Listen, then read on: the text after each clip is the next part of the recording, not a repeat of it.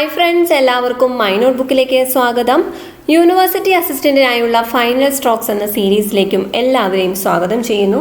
അപ്പോൾ എക്സാം അടുത്തിരിക്കുകയാണ്. June 15 exam. എല്ലാവർക്കും ഓൾ ദി ബെസ്റ്റ്. 7510893107 എന്ന ഈ നമ്പറിൽ വാട്സപ്പ് മെസ്സേജ് അയയ്ക്കുക. നിങ്ങൾക്ക് മൈ നോട്ട്ബുക്കിൻ്റെ ബ്രോഡ്കാസ്റ്റ് ഗ്രൂപ്പിൽ ജോയിൻ ചെയ്യാം. അതുപോലെ നിങ്ങളുടെ പേര് കൂടി ഇൻക്ലൂഡ് ചെയ്തിട്ട് അയക്കാൻ ശ്രദ്ധിക്കുക മൈ നോട്ട്ബുക്കിൻ്റെ ബ്രോഡ്കാസ്റ്റിൽ. ഇതുപോലെ പോളി ലെക്ചറർ എക്സാം, ട്രിപ്പിൾ മെഡിസി ചാനൽ എന്നിവയിലൊക്കെ ജോയിൻ ചെയ്യാനായിട്ട് സെപ്പറേറ്റ് ചാനൽസ് ആണ് ഉള്ളത്, അല്ലെങ്കിൽ സെപ്പറേറ്റ് ബ്രോഡ്കാസ്റ്റ് ഗ്രൂപ്പുകളാണ്. അതുപോലെ തന്നെ ഡ്രൈവർ എക്സാം, പിന്നെ ICDS സൂപ്പർവൈസർ എക്സാം അതിനുവേണ്ടി തയ്യാറെടുക്കുന്നവർക്കും ഉണ്ട്. അപ്പോൾ അതുകൊണ്ട് അങ്ങനെയുള്ളവർ സെപ്പറേറ്റ് ആയിട്ട് ഓരോ ഏതാണ് എക്സാം എന്ന് സ്പെസിഫൈ ചെയ്തിട്ട് മെസ്സേജ് അയക്കുന്നത് നന്നായിരിക്കും. www.bibimohanan.com നിങ്ങൾക്ക് പ്രീവിയസ് ക്വസ്റ്റ്യൻസും അതുപോലെ തന്നെ മോക്ക് ടെസ്റ്റുകൾ അറ്റൻഡ് ചെയ്യാൻ സാധിക്കും, നോട്ട്സുകൾ ഡൗൺലോഡ് ചെയ്യാൻ സാധിക്കും. previous-questions.in എന്ന വെബ്സൈറ്റും സന്ദർശിക്കാം. So welcome to the session. ഇന്ന് നമ്മൾ പഠിക്കുന്നത് ഇന്ത്യൻ കോൺസ്റ്റിറ്റ്യൂഷനിലെ ചില റെയർ ക്വസ്റ്റ്യൻസും ചില പ്രധാനപ്പെട്ട ക്വസ്റ്റ്യൻസുമാണ്. ആദ്യത്തെ ചോദ്യത്തിലേക്ക് പോകാം. What according to Ramsay Muir the steering wheel of the ship of the state? Ramsay മ്യൂറിൻ്റെ അഭിപ്രായത്തിൽ the steering wheel of the ship of the state എന്താണ്? ക്യാബിനറ്റ് ആണ് the steering wheel of the ship of the state എന്ന് പറയുന്നത്. ഈ cabinet ആർച്ചിൻ്റെ keystone എന്ന് വിളിക്കുന്നത് പ്രൈം മിനിസ്റ്റർ ആണ്. Prime minister is called as the keystone of cabinet arch. Cabinet ആർച്ചിൻ്റെ കീ സ്റ്റോൺ ആണ് പ്രൈം മിനിസ്റ്റർ. അതുകൂടി ഒന്ന് നോക്കുക. The number of members in the rules committee of the Indian parliament. Number of members on the rules committee. Indian പാർലമെൻറ്റിൻ്റെ പല committees ഉണ്ട്. അതിൻ്റെ rules committee അതിൽ എത്ര മെമ്പേഴ്സാണ് ഉള്ളത്? 15 മെമ്പേഴ്സാണുള്ളത്. 15. Fundamental duties are borrowed from. Fundamental duties borrow ചെയ്യുന്നത് ഏത് കൺട്രിയുടെ കോൺസ്റ്റിറ്റ്യൂഷനിൽ നിന്നാണ്? The former USSR. പഴയ USSRൻ്റെ കോൺസ്റ്റിറ്റ്യൂഷനിൽ നിന്നാണ് ഫണ്ടമെൻ്റൽ ഡ്യൂട്ടീസ് കടമെടുത്തിരിക്കുന്നത്. Second woman to become chief information commissioner of India. ആരാണ് ചീഫ് ഇൻഫോർമേഷൻ കമ്മീഷണർ ആയ രണ്ടാമത്തെ വനിതയാണ് സുഷമ സ്വരാജ് ആണ് the second woman to become the chief information commissioner of India. നമ്മുടെ ഇപ്പോഴത്തെ ചീഫ് ഇൻഫോർമേഷൻ കമ്മീഷണർ ആരാണ്? Please comment the answer. ഇപ്പോഴത്തെ ചീഫ് ഇൻഫോർമേഷൻ കമ്മീഷണർ. ഈ ചീഫ് ഇൻഫോർമേഷൻ കമ്മീഷണർ അതിൻ്റെ ഹെഡ് ഉൾപ്പെടെ ടോട്ടൽ മാക്സിമം 10 പേരാണ് ആ ഒരു കമ്മീഷനിൽ ഉണ്ടാവാൻ പാടുള്ളൂ. ഇപ്പോൾ ചീഫ് ഇൻഫോർമേഷൻ കമ്മീഷണർ കൂടി ചേർത്തിട്ട് ചീഫ് കൂടി ചേർത്ത് 10 പേരാണ് മാക്സിമം ഉണ്ടാവാൻ പാടുള്ളൂ. അങ്ങനെയും പ്രീവിയസ് ക്വസ്റ്റ്യൻ ചോദിച്ചിട്ടുണ്ട്. The maximum number of chief information commissioners in the central information commission എന്ന് പറഞ്ഞിട്ടുണ്ട്. ഓക്കെ, അപ്പോൾ അത് 10 പേരാണ് സെൻട്രൽ ഇൻഫോർമേഷൻ കമ്മീഷനിൽ. Oath of the office of governor administered by.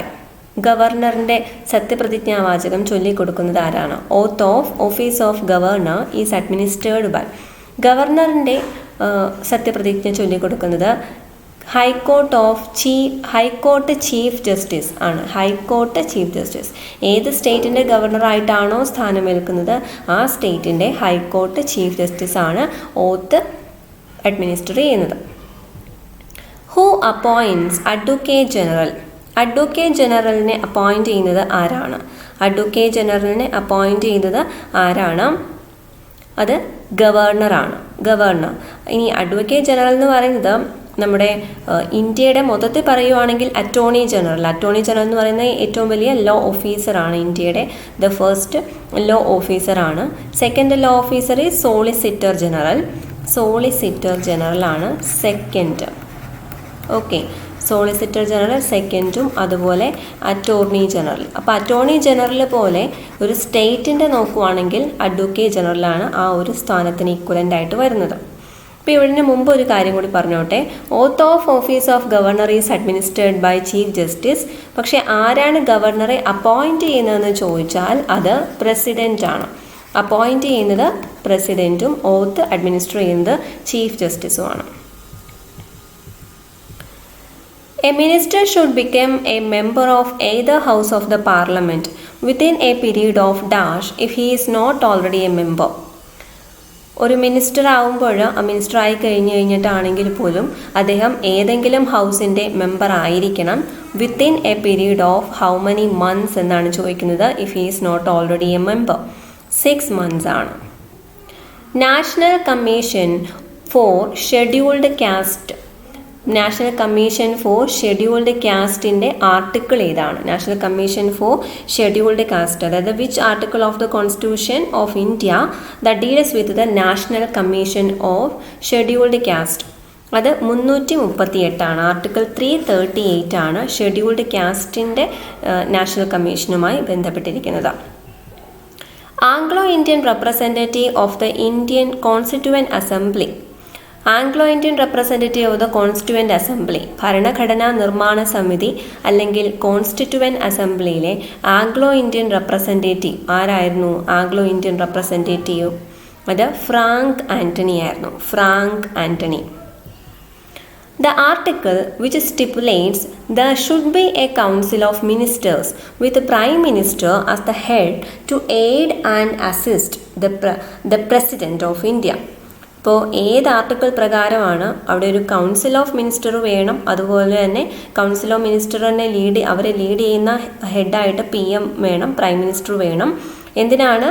To assist the president and to aid the president എന്ന് പറഞ്ഞത് ഏത് ആർട്ടിക്കിളിലാണ്? Article 74 പ്രകാരമാണ് അങ്ങനെ പറഞ്ഞിരിക്കുന്നത്.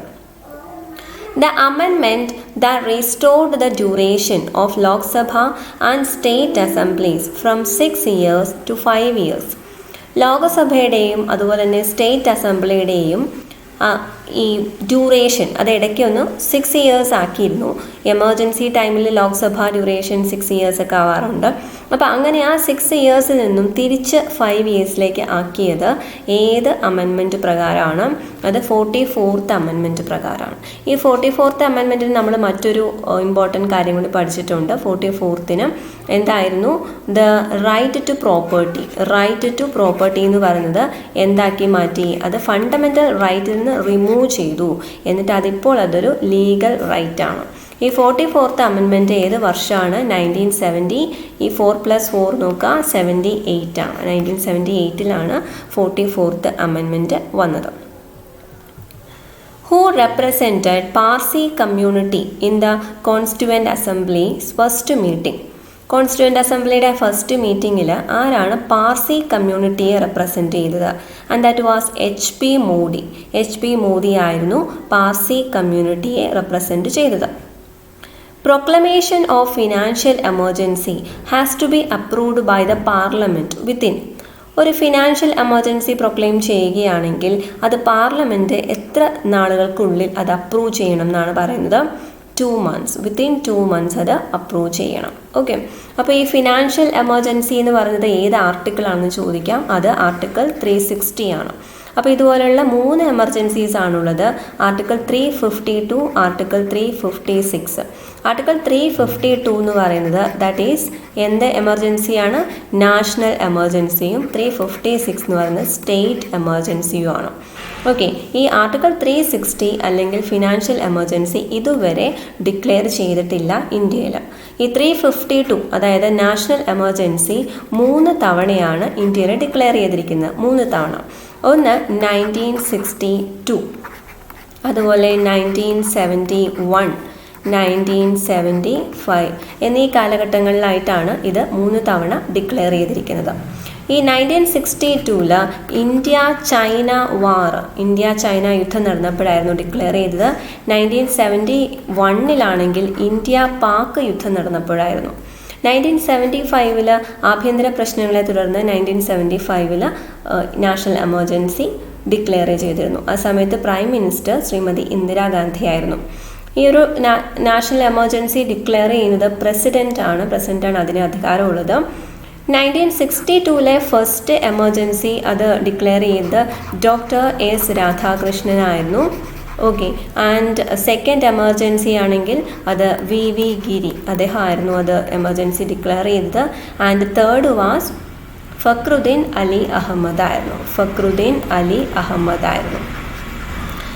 അപ്പോൾ എമർജൻസി ഡിക്ലെയർ ചെയ്യണമെങ്കിൽ ക്യാബിനറ്റ് പ്രൈം മിനിസ്റ്ററുടെ അഭിപ്രായപ്രകാരം അല്ലെങ്കിൽ അവരുടെ നിർദ്ദേശപ്രകാരമാണ് പ്രസിഡന്റ് ഇത് എമർജൻസി വിളിക്കുന്നത്.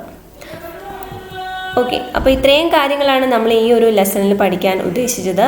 So thank you so much for watching this video. ഈ ലെസൺ നിങ്ങൾക്ക് ഇഷ്ടമായെങ്കിൽ, ഉപകാരപ്പെട്ടെങ്കിൽ തീർച്ചയായും ലൈക്ക് ചെയ്യുക. Thank you.